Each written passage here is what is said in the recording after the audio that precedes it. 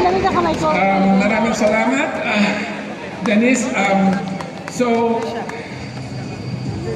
where are we? I'd like to introduce you the full-length film, full-length finalists. Unang trailer. Ang unang trailer is Animal. Palagang sa aso na yan. Wala akong pake. Hindi ka mahilig sa aso. Mahilig ako sa aso dahil ikaw yung hindi mahilig sa aso. Nang beses na ako nagpapabili ng aso, and you never got me one. But the truth is that I've always wanted a dog. Ilang beses ko lang sinabi sa'yo na gusto ko ng aso! Gusto ko ng aso! Gusto ko ng aso!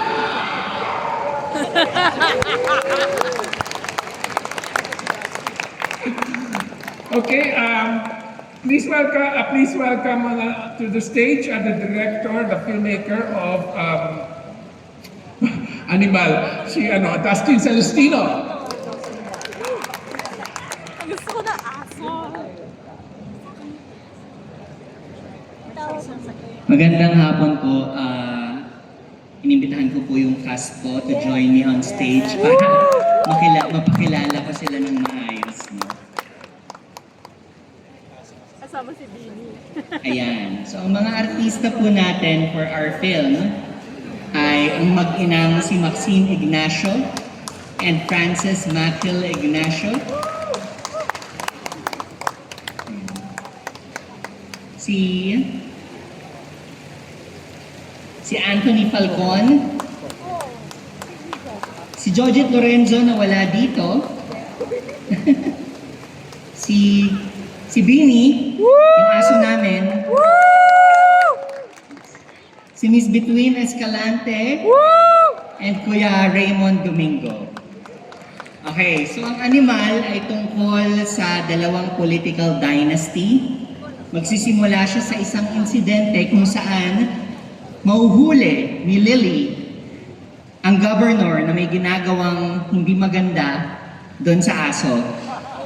Tapos, babalik siya sa kanyang mga magulang at pag-aawayan ng kanilang pamilya kung ano ang dapat gawin doon sa nakitang kababalaghan ni Lily.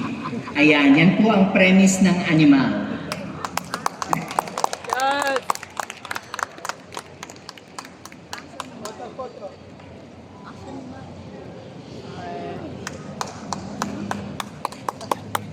Yan lang po. Salamat po.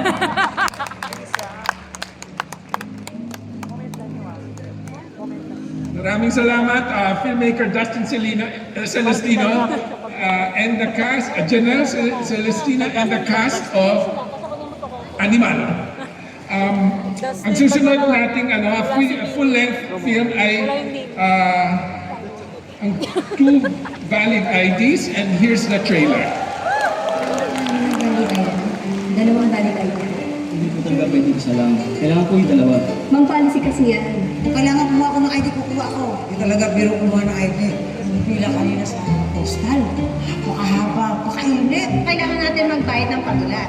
Pero yung mga may kakilala doon sa loob, walang kahirap-hirap, nagkakaroon sila ng ID.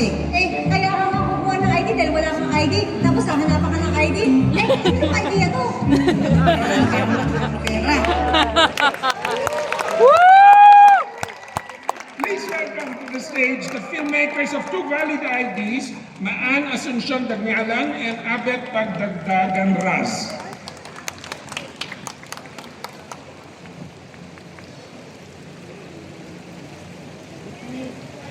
Before anything else, I would like to call on our actors, of course, aming mamang, si Marieta Popong Subong. And then, of course, our Denver, si Zijan Arinilia. Is Chong here? Wala? O sige. I'm gonna call also our producer, Gio Lamontad, our line producer, Sarah Perez, our production designer, Mau Padul, is Chang Lorna here? Lorna, and then of course our DOP, are George Clooney, Neil Daza. Yes! So, uy, huwag kayo mahiya! Please come! Anyway, before I say, here's Abbott to tell something about, a little background about our film.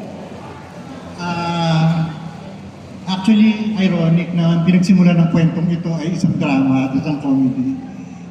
Nung na-hospital yung nanay ko at nagbantay ako ng isang buwan sa hospital bago siya namatay, nakita ko yung durog-durog na pangit na sistema ng healthcare system sa ating bansa. So, sa hallway pa lang makikita mo na yung mga pasyente, hindi nasikaso, namamatay na lang doon. So, parang mamamatay ka pag pumasok ka doon, mamamatay ka hindi dahil sa sakit, kundi sa desperasyon, sa awa mo sa sarili mo, yung pakiramdam na pinabayaan ka ng lipunan. And then, after that, nauso sa Facebook yung meme. Sa Pilipinas ka lang makakita ng kukuha ka ng isang valid ID, hanapan ka ng dalawang valid ID. Ba parang tanga lang? Ba nakakagago? Tapos pinagtawanan natin, tawa tayo ng tawa, di ba? Palakpak pa tayo. Ay paano pala kung hindi nakakatawa? What if the joke is on us? So sabi ko, ayun na. Doon ko pinuo yung kwento ng isang nabubulok na sistema ng kalusugan sa isang bansa at isang burokrasya. Pagkat ko silang dalawa at nakabuo ako ng isang kwento ng Two Valid IDs. So ito yung ano namin, ito yung statement ko sa isang lipunan na pabutong pahirapan yung mahihirap. Di ba? So it's about systemic and structural violence na ang unang-unang tinatamaan ay yung mga underprivileged, yung mga mahihirap. So, yun. Sana after mapanood ang pelikula, kasabay namin kayo magsabi ng fuck the system. Thank you. Maraming salamat, Abel. Yun yung little something lang na sasabihin ni Abel.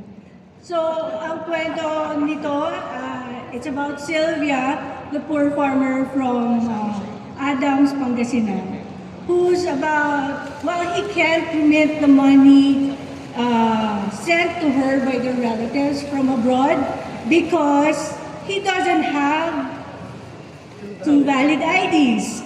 Okay, so that's where she's going to, her character, morality, and beliefs are challenged. So please support our film, Two Valid IDs. Thank you. Thank you po. Picture. Thank you.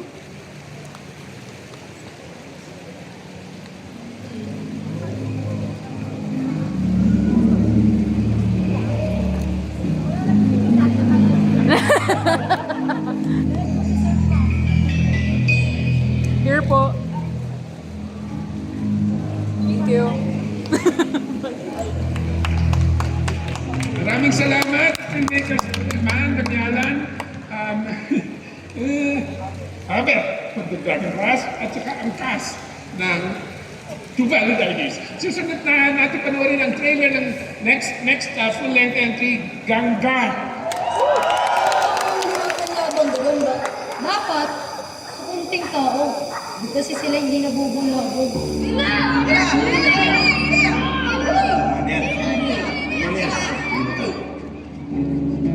Dati mo ba ako skuluan? Walang bully.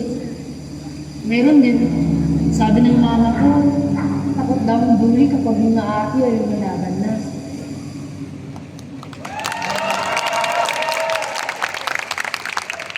Ladies and gentlemen, we'd like to introduce yung filmmaker ng Ganggang, J.L. Burgos.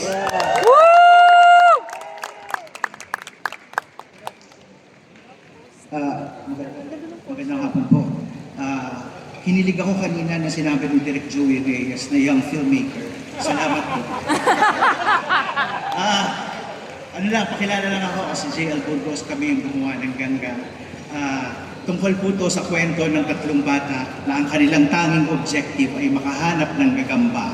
Ganggang yun, ang literal translation ng ganggang ay gagamba. Ang objective ng tatlong batang to ay makahanap ng gagamba versus the school bullies gagamba.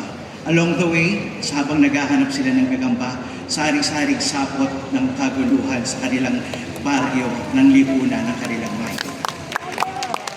Pero bago ko po tapusin ang aking sinasabi, nais ko po sanang tawagin yung mga batang kasama namin sa pelikula. Una kong tawagin si Kenneth. Si Kenneth, akyat ka na please. Si Kenneth po ay anak siya ng desaparecido. Kenneth. Ang next po, si Prince. Si Prince ang bully nila. Si Mel naman po ay anak ng sundalo. Meron pa pong isa na kulang na anak naman na magsasaka pero wala po siya rito. Si Don Richmond Servito, pero wala po siya dahil meron po siyang pasok ngayon. Pero kaugnay nito, meron silang mga magulang, syempre. Maliban kay Kenneth, kasi ang nanay niya ay desaparecido, kaya ang gumanap na kanyang lolo at lola, si Tab Sumulong at saka si Francis Mata.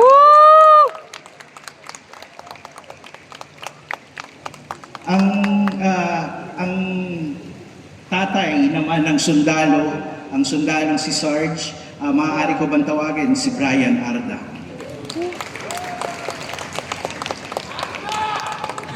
Wala yung tatay niya na dito ng bully natin. Ang tatay ng bully ay si Jers Giwa, isa siyang kapitan barangay. Kasama nito, nais ko rin tawagin yung magulang ni Tenten. Si Tenten yung wala rito dahil may pasok. Nais ko sana tawagin ang kanyang magulang, si Pao Benitez, tsaka si Anton Nolasco.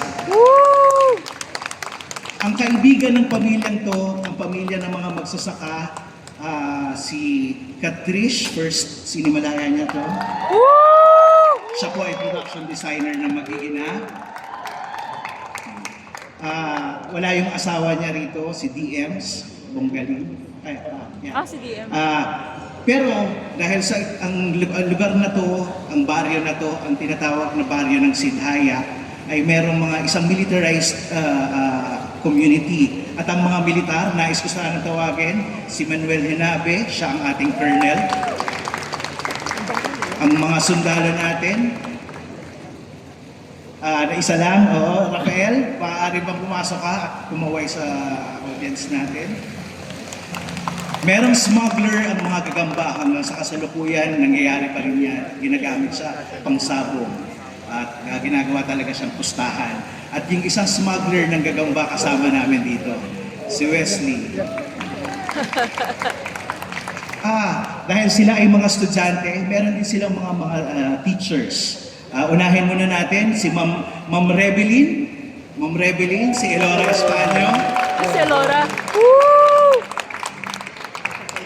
At ang isa pang teacher, si Ma'am Anding, si Hershey Nelly. Ganda naman yung Elora. Ang pelikulang to, bagamat ito ay narrative, ito po ay nangyayari sa totoong buhay. Nakabatay po ang storyang to sa kung ano nangyayari sa ating lipunan, kung ano nangyayari sa mga magsasaka sa kanayunan, kung ano nangyayari sa mga teacher sa kanayunan.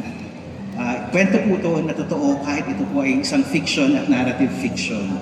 Nais ko lang po sanang i-quote yung sinabi dun sa trailer. Natatakot ang mga nang-aapi, natatakot ang mga nambubuli kapag ang inaapi ay lumalaban na. Yes! Maraming pong salamat. Please watch!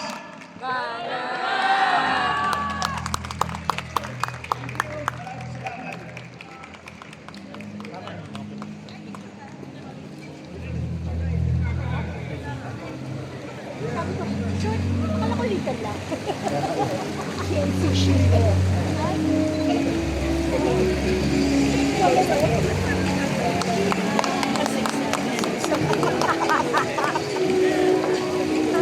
Maraming salamat, J.L. Burgos, filmmaker of Ganggang and the cast of Ganggang. Now, the next film that we will, whose trailer we will show you is Hand of God.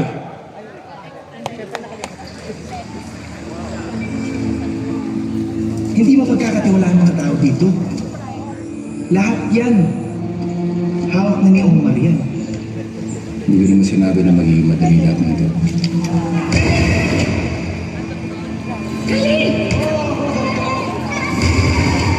Hindi ko alam kung kanino ba ako mas matatakot.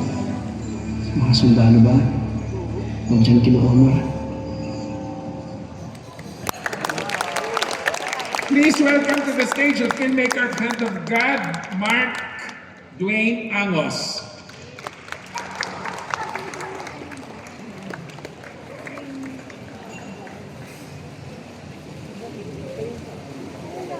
So, yeah, it's a football year, World Cup year, so gumawa kami ng football movie.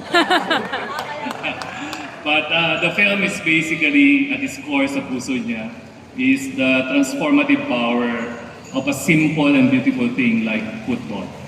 Na regardless kung ano man ang background mo, ano man ang ideological beliefs mo, ano man ang religion mo, ano man ang economic upbringing mo, pagdating sa access to better opportunities and the right to play, pantay-pantay tayo. So yeah, so let me call on our team, our small team, na nagtulong-tulong para makuha ang pelikulang ito. Let's start with yung batang nasa poster, si KD Umaling. And congratulations kay KD, kakapanalo niya lang sa Korea, di ba, for Silent Noises. And of course, sabi nga ni Direct Joey Reyes, the young filmmaker and the youngest artist namin, Tito Ronnie Lazaro. The OG.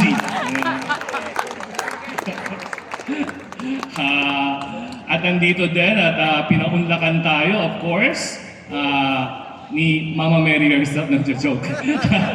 Miss Isa Calzado. And thank you very much also to this next person at umalis siya muna sa taping niya sa kanyang primetime teleserye. So watch out soon, maglalaban sila ni Coco. Ruru Madrid. And let me call on also two of our producers and the one na mga nag-abono at nagbenta ng kotse at ng lupa para magawa ang pelikulang ito. Steve Vesagas and Ranvel Rubino.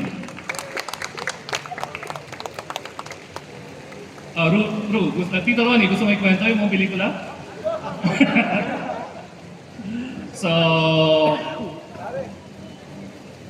si Prince. Prince is also part of our cast. Meron din siyang role na pinlay, di ba? You can already see talent kapag may dalawang Sinimalaya in one batch. So nakuha din namin siya Direct JL. He will also play a role as one of the members of the football team. So that's it. We hope that our film, our little film na pinagpaguran namin lahat at pinagkatunuhan nila Steve at nila Ranvel will inspire at magbibigay ng konting perspektibo. A sports movie is a perfect vehicle minsan to show, di ba, the nitty-gritty or the complexities of our social realities. So yun yung aming kwento. Yung football, lahat ng bata dapat may karapatan maglaro. Period. So, to quote Abet, fuck the system din ba? Okay, so maraming salamat po.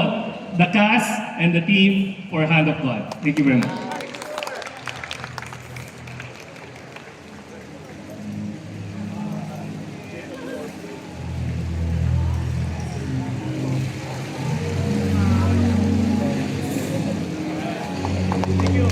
Maraming salamat. Mark Linangos, filmmaker and the cast of Hand of God. Ang susunod nating trailer na papanurin ay ang trailer ng Mag-iina.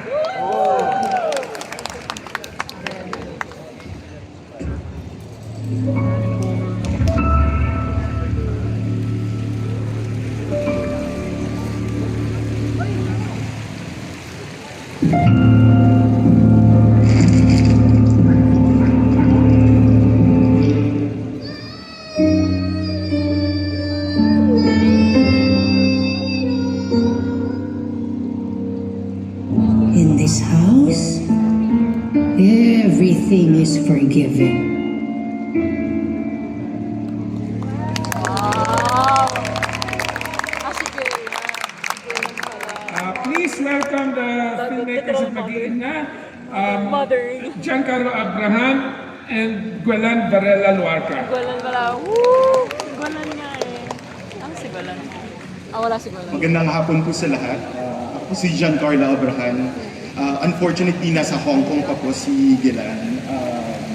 Siguro simulan ko lang, 13 years ago, this festival gave me my first break with Transit in 2013 as co-writer. And the year after as director with The Gitap in 2014. And also to some short films that I produced, Hinom and Apog The Mothering. So this year feels like a homecoming to me. So kahit wala tayo sa CCP, it's so nice to be home. Maraming salamat, Cinemalaya. Mag-iina is about the grief and ghosts and the madness we inherit. Written by Ghilan Luarca, one of my dearest friends, who happens to be a contemporary playwright I most deeply admire. He turned my Cinemalaya film, The Gitap, into a stage play. So ito naman po ay yung aking turn para yung kanyang award-winning play na Corridors ay gawin naming pelikula ngayon sa Cinemalaya. So obviously, like everyone else, I would like to take this opportunity to express my gratitude. So akyat na lang po yung mga tatawagin ko. Una yung aking pambihirang crew, mga kakampi sa napakahirap na proseso ng paggawa ng pelikula.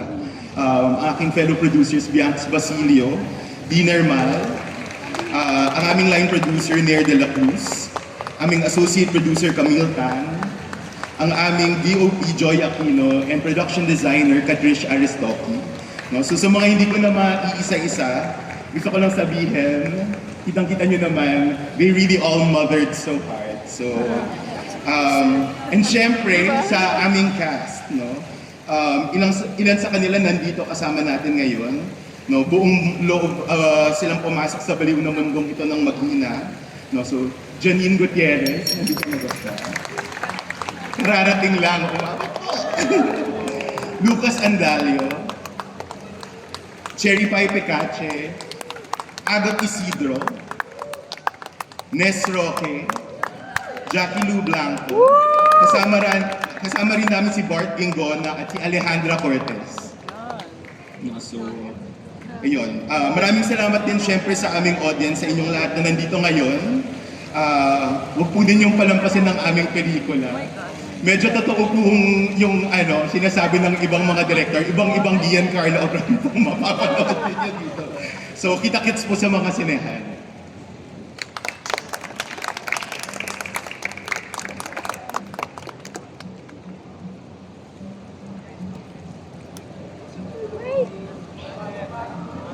Wait.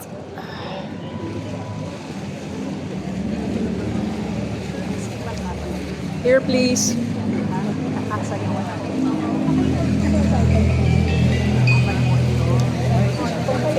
Maraming salamat, Director Giancarlo Abraham and the cast of Mag-iina and the screenwriter of Mag-iina, which is Ghilan Luarca.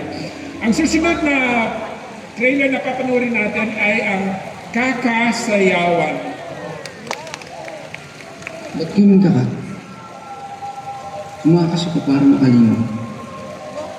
Pero, bumalik din ako para matandaan lahat. Ang mga bagay kasing mabibigat, pag hindi natin hinaharap, dinadala natin.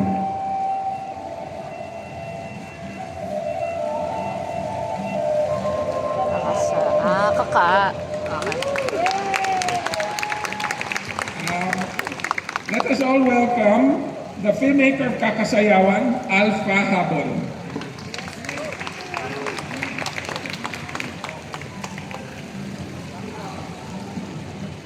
Kapiyang pagmaybong po.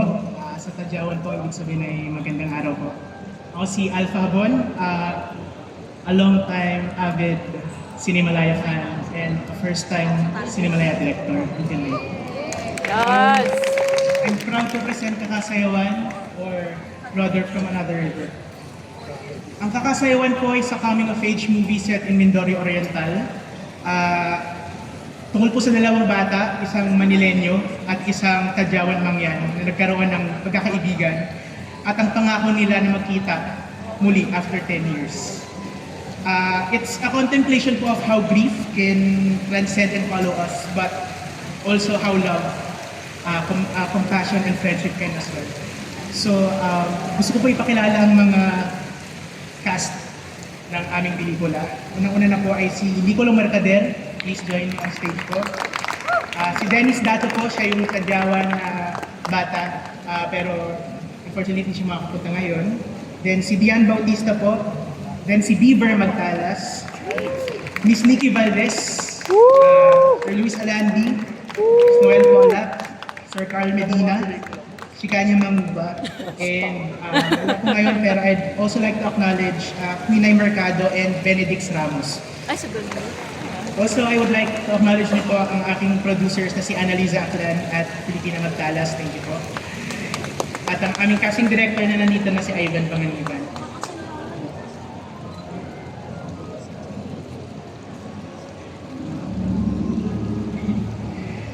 So, from day one po, habang ginagawa namin ang kakasayawan, kaming buong cast and crew po, we know that together we are creating more than just a film.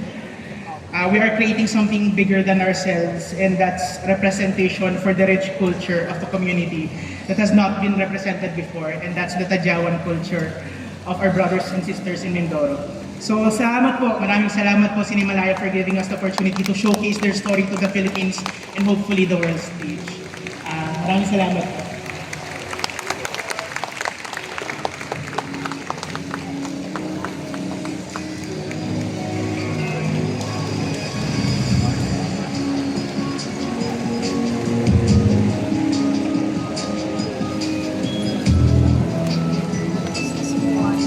Here, please. Maraming salamat, Alpha Habon and the filmmaker and the cast of Kakasayawan. The next film that whose trailer we will see is Status Rejected. Hindi ko maayos ang papeles mo. Hindi ka nagkakakunin. Meron akong anak para makabilis yung pinansilusan. Ay! Booked and busy. Ang haba niyan. Tignan ko. Ay, sumati.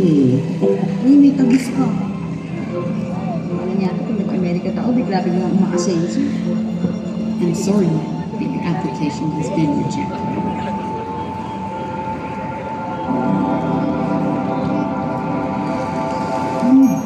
Please welcome ang filmmaker ng Status Rejected, Van Leonard Pascual.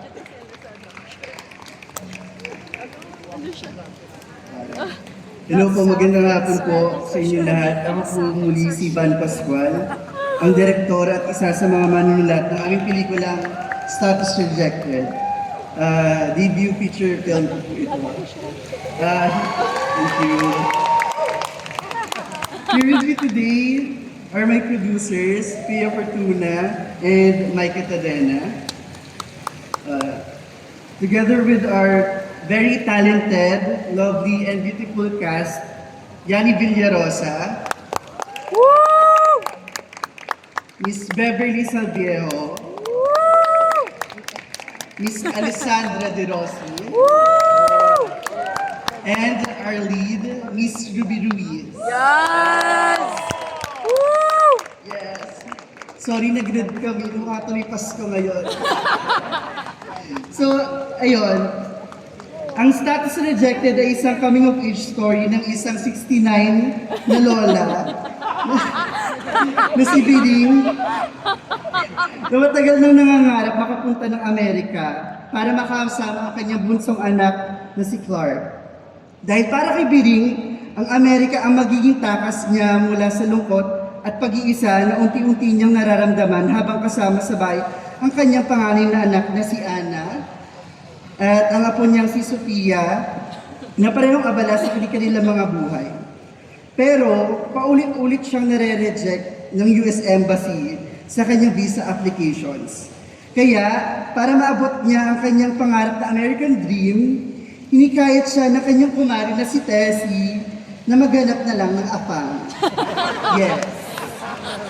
Ang status rejected ay isang paalala na walang pinipiling edad ang kalandian.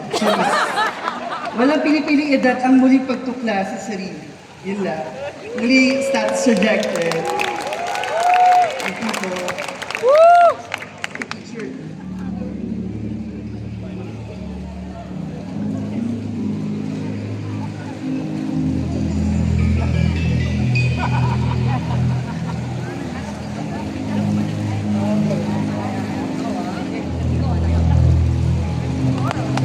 Here, please. Maraming salamat, filmmaker Van Leonard Pascual and the cast of Status Rejected. Ang susunod na trailer na papanoorin natin ay ang sa pelikulang Tayo Lang Ang Nakakaalam.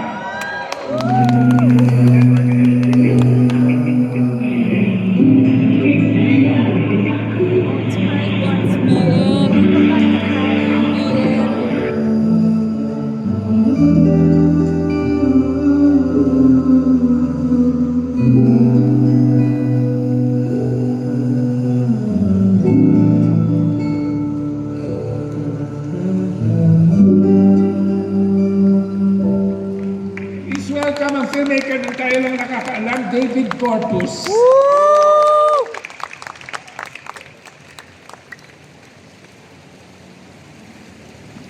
Magandang tanghali. Ako si David Corpus, ang writer-director ng Tayo Lang Nakakaalam. Katuwang kong writer dito ay si I.R. Arandaing. Maraming salamat sa Sinimalaya. Ito na yung pangatlo kong pelikula para sa Sinimalaya. Simula nung Ordinary Things We Do noong 2014 at Kusina noong 2016. So after 10 years, maraming salamat. At nakabalik ako sa Sinimalaya. Naninyahan ko sa entablado ang aking mga teammate, no? Sa pelikula. Nandito sila, Christine Camille Sulit, aking producer. At wala dito si Isha Salik. Shirina Javier, ang aking line producer, at si Aya Randaing, ang aming co-writer. Kasama namin ang aming mga artista, Epi Quizon. Yes! Yayo Aguila, Miguel Odron, and Martin Galasari. Ang Tayo Lang Ang Nakakaalam ay isang queer family drama tungkol sa isang magkasintahan at isang pamilyang haharap sa isang malaking pagsubok matapos mabunyag ang isang sekretong matagal nang naitago. Kung ano man yung sekreto yun, kami muna nakakalam. So bago kami bumaba, nais ko lang sabihin, sabi nga kanina ng co-finalist sa short film category, katatapos lang ng Pride. At nais ko lamang sabihin na ang Pride ay hindi lamang ang karapatang magmahal, nandito rin ang karapatang mag-alaga, maalala at magkwento ng aming sariling mga kwento. Maraming salamat po.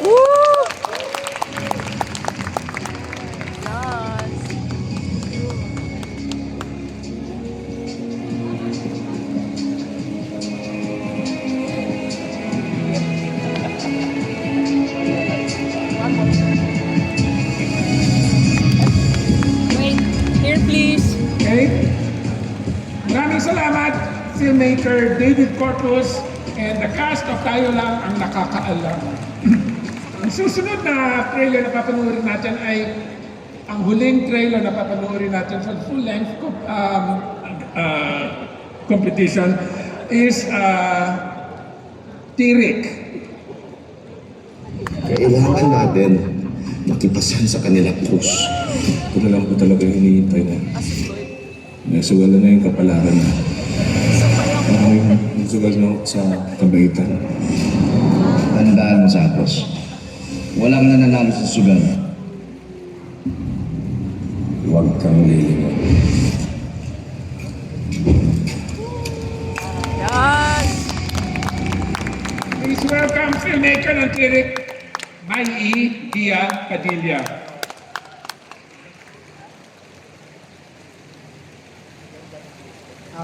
Gusto ko sanang tawagin si Charles Along, ang aking co-writer. Next one, gusto kong tawagin si Diana, ang aming production manager. Tapos, aming executive producer, or isa sa mga executive producer, si Roy Ibay. And ang aking AD and co-producer, si Carlo Tarabal, who's come on stage. So, Tirik, starring Rocco Nasino, please come forward. Paring siya ang gaganap ng Paring Bert. And Floyd Tena Santos, ang ating taxi driver. Sino po nandiyan? Jess, si Mang Ben, Brian Arda, ang ating hold-upper. Sorry, typecasted po si Brian Arda.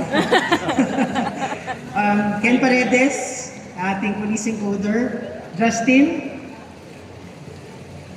si Jerry, anak ni Mang Ben. Chai, si Glenda, and Hope. So, si Tirik ay tungkol kay Paring Bert at saka kay Santos. Maglalakbay sila sa isang taxi. Pupunta sila sa isang lamay. Tapos, along the way, may mangyayari ng mga kaganapan. So, shit happens, ika nga. Pero Tirik ask you kung hanggang saan mo ba kayang itayo yung kandila ng tama o ng kabutihan. So, yun. Excited kami na i-share sa inyo yung Tirik sa Cinemalaya on August 8. So, ladies and gentlemen, Tirik.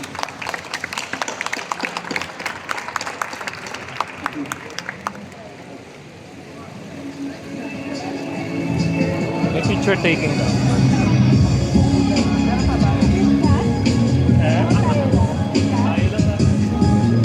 Bakit inaalak dito? Doon yung alak. Hindi na ako bumalik. Thank you very much, filmmaker Maigia Padilla and the cast of Tirik. And that concludes our list, our roster of the Cinemalaya 2026